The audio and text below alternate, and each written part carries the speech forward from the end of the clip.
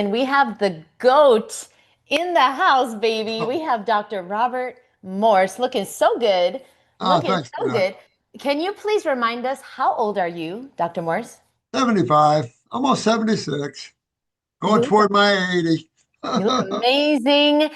And how Uh, long have you been on this raw living lifestyle? How long have you been on this path? about 56, 57 years. Wow. Yeah. Okay. I started What? when right out of the Air Force. I probably was 22 years old when I got into raw food. Wow, wow, wow. Wow, you got in young. You got lucky. I did Okay, get lucky. so Yes. now my first question to you is, what are your thoughts on B12? Do you personally take a B12 supplement? Lord, no. I don't take any supplements or medications. I don't take anything like that. B12, everybody goes after B12. And I remember the days when medical doctors were after us for orthomolecular supplementation or vitamins and minerals. And they were after us saying how bad it was. Now I'm boohooing them all. And they're saying how you have to have or you're going to die. And it's like, really?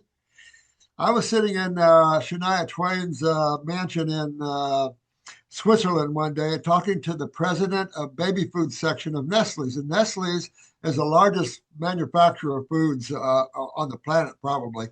And he was arguing with me about B12, and you needed protein for B12, even though it's a sub or a coenzyme that comes out of the bowels, right? And his wife walked up and said, honey, when I eat meat, my B12 goes down. When I'm vegetarian, my B12 goes up. And I had to laugh at that. Okay, so you don't take a B12. Don't Um, take anything. Why supplement? The Homo sapien is a frugivore, right? And when you're eating predominantly a fruit diet, you've got your kidneys filtering, you're moving your lymphatic system properly. Why? And so you're fixing your food processing parts of yourself. Why do you need to supplement? See, we got lost with supplementation. I grew up with that. As a naturopath, they taught us you had to have vitamins and minerals and stuff like that. And I'm a fruitarian thinker. So and I'm going, why holistically you don't extract out of food what you think you need to to have. You eat the food that has it in it.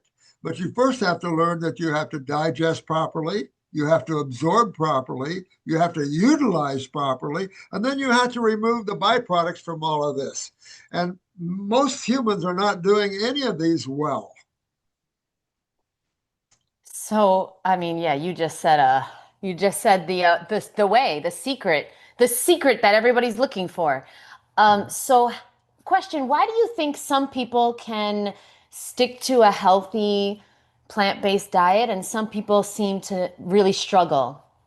I think a lot is one emotional. There's no question about it. Most people's adrenal glands are down. They have emotional hooks to foods. Most people have high fungal problems in the body, just from weak adrenal glands, the excess sugars, the sucroses, the polysaccharide diets, things like this gives, and then wrong food combinations causing fermentation and putrefaction in their digestive tract. And so humans are just full of fungus, and fungus makes you crave fermented foods, breads, cheeses, things like this. And that seems to be the difficulty of a lot of people that struggle with this. And then a lot of people love dead animal meat. They're just hooked to that stuff, and it's like, yeah, Yeah, they like to eat it, but they they don't like to like eat. to procure it from nature. Right, exactly. I mean, if you had to go out and kill your